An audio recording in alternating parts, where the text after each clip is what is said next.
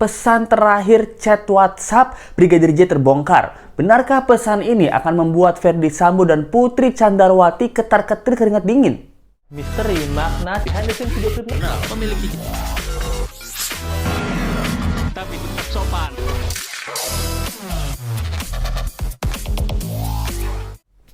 Hai, apa kabar? Kembali lagi di Let's Go. Apa kabar kalian semua? Semoga kalian baik-baik aja. Kita masih update kasus tentang Brigadir J. Nah, kemarin Let's Go udah buat video-videonya ya. Dan ada komentar dari netizen yang ini. Nah, ini bagus banget nih. Dia pun juga bertanya hal yang sama dengan Let's Go. Satu, adanya kejanggalan kenapa Brigadir J tidak dimakamkan secara kemiliteran. Lalu 4, HP dari Brigadir J yang hilang tiba-tiba ditemukan. HP keluarga dari Brigadir J ini disadap dan diretas. Orang tua yang mau membuka peti jenazah anaknya itu tidak diizinkan. CCTV yang tiba-tiba mati. Lalu pembunuh yang belum diungkap siapa kebenarannya sampai sekarang. Yang kita tahu bahwa Brigadir J ini tewas tertembak oleh Baradae. Tapi belum disebutkan bahwa Baradae adalah pembunuh dari Brigadir J. Lantas siapa pembunuh sebenarnya? Dan ada teori yang mengatakan bahwa ini adalah pembunuhan berencana. Let's go kita bahas. Drama kasus kematian sang ajudan Brigadir J ini. Baru-baru ini tim kuasa hukum dari Brigadir J mengungkap isi chat dari Brigadir J sendiri. Apakah ada chat-chat yang kita curigai dengan istri pimpinannya ada dalam pengungkapan chat ini? Jadi dalam chat ini diketahui bahwa Brigadir J lagi cecetan sama keluarganya. Nah, jam 10 pagi Brigadir J nih ngechat lah ke keluarganya. Dia bilang kayak gini, nanti aku bakal ngawal pimpinan aku, Irjen Ferdy Sambo. Nah, jadi kan karena nggak mungkin kan aku lagi ngawal terus enak-enakan WhatsAppan atau teleponan sama keluarga. Jadi diminta supaya tidak menghubungi dalam 7 jam ke depan gitu. Nah, ini bener etika kepolisian ya. Masa kalau kita lagi ngawal pimpinan, kita cecetan, teleponan gitu. Makan apa pak? Makan rendang deh. Itu kan nggak etis gitu. Jadi yang dilakukan Brigadir J ini adalah tindakan yang benar gitu. Brigadir J ini juga aktif dalam WhatsApp keluarga ya. WhatsApp grup keluarga gitu. Saya, WhatsApp grup keluarga saya tidak pernah bales gitu. Karena nggak akrab-akrab banget. Lulu. Jadi dari yang kita ketahui informasi ini aja kan bahwa sedekat itu mereka sekeluarga ini. Sampai mau ngawal komandan aja atau bos aja itu masih bilang gitu loh sama keluarganya lah, sama orang tuanya. Namun setelah 7 jam ya, karena estimasi dari Brigadir J ngomong ke keluarganya bahwa jangan diganggu 7 jam, karena biasanya saya kerja 8 jam. 7 jam kerja, 1 jam istirahat. Jadinya selama 7 jam jangan diganggu. Setelah 7 jam ya dicek lah sama keluarga. Coba ditelepon, coba di WhatsApp, ditelepon kok nggak aktif. Di WhatsApp ternyata nomornya diblok. Nomor kakak serta adiknya ini juga terblok sama pertas yang goblok. Karena nggak bisa dihubungin ya, apalagi pada saat itu terjadi peretasan sama HP-HP keluarganya, HP kakak, adik, ayah, ibu itu semuanya keretas gitu. Nah ini nih nyambung sama teori bahwa ini nih ada pembunuhan berencana. Karena kenapa semuanya bisa terblokir gitu? Tiba-tiba kakaknya, ayahnya, ibunya. Nah semua ini kan butuh password buat masuk ke WhatsApp atau ke handphone. Habis itu kita cari-cari nama, oh ini nama kakaknya, ini nama ayahnya, ini nama ibunya sama adiknya. Kita blokir. Nah untuk bisa blokir ini ya, itu kan harus tahu isi password atau Face ID. Kalau pakai iPhone gitu harus pakai Face ID. Nah berarti sebelum ini diretas, itu pasti ada tindakan-tindakan yang membuat si Brigadir J ini harus membuka handphonenya atau dipaksa membuka handphonenya. Kamarudin Simanjuntak selaku kuasa hukum dari korban ya, itu juga mengatakan bahwa bedanya terangan mengenai Brigadir J pada konferensi pers Mabes Polri. Beliau mengatakan bahwa kita taunya korban ini itu meninggal dunia akibat tembak-menembak. Tapi kok ada sayatan, kok ada memar, kok nggak disebutin kalau memang terjadinya perkelahian? Kenapa cuma tembak-menembaknya aja yang disebutin? Dan mengatakan bahwa korban ini disiksa dulu sebelum meninggal dunia gitu. Dan adanya teori bahwa ada 2 lokasi. Lokasi yang memang ditemukan oleh kepolisian adalah lokasi di rumah pimpinannya. Namun dia disiksa bukan di rumah pimpinannya. Selama 7 jam perjalanan dia dibawa ke suatu tempat dan dilakukan pemukulan serta menggunakan senjata-senjata tajam untuk menyiksa dirinya. Menurut Kamarudin ya, ini ada lebih dari 2 orang yang menyiksa Brigadir J. Satu adalah menyiksa dengan pukulan, karena kita lihat biru-biru kan. Kemarin yang Let's Go bilang ini pertarungan Mad Dog dulu atau gimana nih? Kayak The Raid dulu apa gimana nih? Tuh, ada pemukulan, lalu ada sayatan. Nah, ini Berarti pelakunya ini beda-beda. Ada yang tukang pukul, ada yang tukang sayat gitu. Ada yang tukang fitnah, ada yang jadi tumbal. Nah, ada banyak nih ternyata. Dan curiganya salah satu senjata tajam adalah sangkur dari senapan yang kayak gini. Namanya sangkur ternyata. Itu dicurigai menganiaya korban dengan ini juga, dengan senjata ini. Pengacara korban itu yakin adanya dugaan pembunuhan berencana. Makanya ini direncanakan matang-matang dan dilempar ke publik. Tapi ternyata publik punya opini sendiri tentang hal ini. Nah, mengenai HP Brigadir J yang hilang. Nah, kemarin ini sempat rame. HP-nya hilang. Beliau itu punya 4 atau 5 HP itu. Nah, katanya HP-nya ini nggak bisa ditemuin. Hilang. Tapi kata polisi apa? HP-nya nggak hilang ternyata. HP-nya itu udah ada di Puslap 4 Polri. Nah, ini kan juga bingung ya. Kemarin bilang CCTV rusak, ternyata nggak rusak. Udah ada di reserse. Sekarang ada ungkapan bahwa HP-nya hilang, ternyata nggak hilang.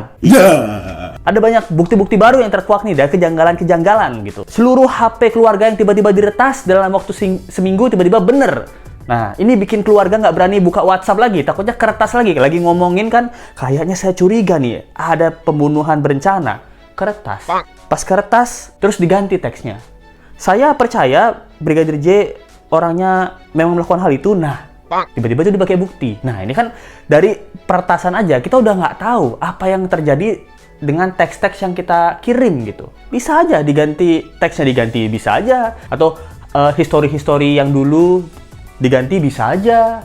Atau nama-namanya tadinya kakak, ternyata nomor teleponnya bukan nomor telepon kakak, diganti nomor telepon oknum. Nah, jadi kakaknya balas sesuai oknum gitu. Nah, bisa aja.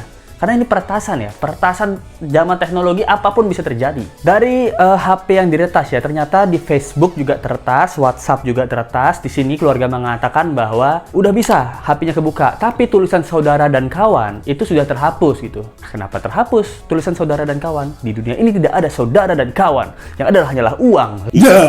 Lah, masa gitu? Ini kan juga bukti nih bahwa hacker bisa melakukan apa saja, bahkan bisa membuat cerita baru dari hilangnya kata-kata saudara atau kawan ini. Namun di sini Divisi Humas Polri mengatakan bahwa untuk keluarga kita ada pesan nih. Janganlah kalian membuat isu-isu seperti itu. Kita tetap melayani laporan-laporan yang ada ke kita. Jadinya pihak keluarga ini jangan dibuat isu-isu kayak HP hilang, HP-nya takut diretas lagi, merasa tidak aman gitu. Itu kan membuat isu-isu sehingga publik seperti Let's Go dan seperti teman-teman Let's Go ya, itu bertanya-tanya lagi. Gimana nggak bertanya, Pak? Sekarang ada kejadian pembunuhan. HP saya tiba-tiba kertas gitu. Kan saya lupa ya ngechat apa aja sama anak saya atau sama keluarga saya gitu tentang Brigadir J ini atau tentang korban, tiba-tiba kertas dan hilang gitu. Kalau saya ada suatu bukti atau di dalam ingatan saya, terus saya mau cek lagi di HP saya, udah nggak ada. Apa yang bisa saya buktikan? Nggak ada. Yang punya bukti terkuat ya kepolisian. Walaupun itu bukti yang benar. Kalau buktinya di hacking juga gimana? Emotional damage. Dan mengapa Brigadir J ini tidak dimakamkan sesuai dinas ya? Atau kemiliteran. Nah, ternyata kenapa tidak dilakukan pemakaman sesuai dinas, itu tidak ada permintaan dari kesatuan. Jadi kalau kesatuan meminta Brigadir J ini dimakamkan selayaknya dinas pemakaman dari kepolisian, itu akan dilakukan. Ini nggak minta atau nggak dikasih minta, Pak? Sekarang kan sudah ada beritanya. Ya, kesatuan tinggal minta Brigadir J ini dimakamkan secara kemiliteran atau kepolisian gitu. Tapi nyatanya enggak.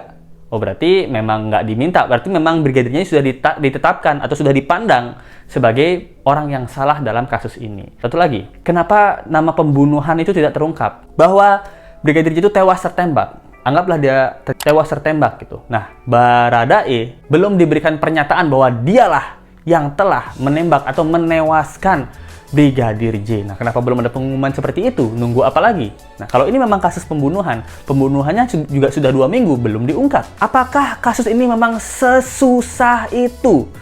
Hingga sampai sekarang 2 minggu belum ada titik cerah yang agak cerah sedikit.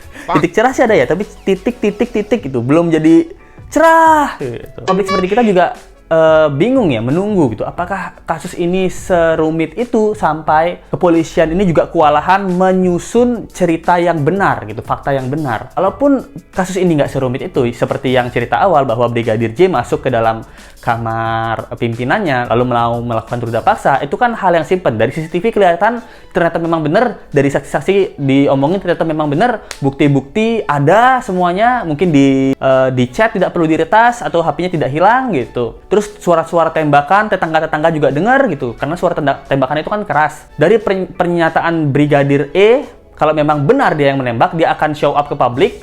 Dia akan ngomong bahwa benar saya yang menembak, saya yang menewaskan Brigadir J, karena saya lihat dengan mata kepala saya sendiri, beliau mau melakukan hal pelecehan terhadap istri pimpinan. Saya yakin dan saya berani jamin bahwa saya melindungi istri pimpinan. Nah, istri pimpinan pun juga berani speak up kalau beneran hal itu yang terjadi. Untuk apa yang ditakut-takutin? Karena mereka ini korban.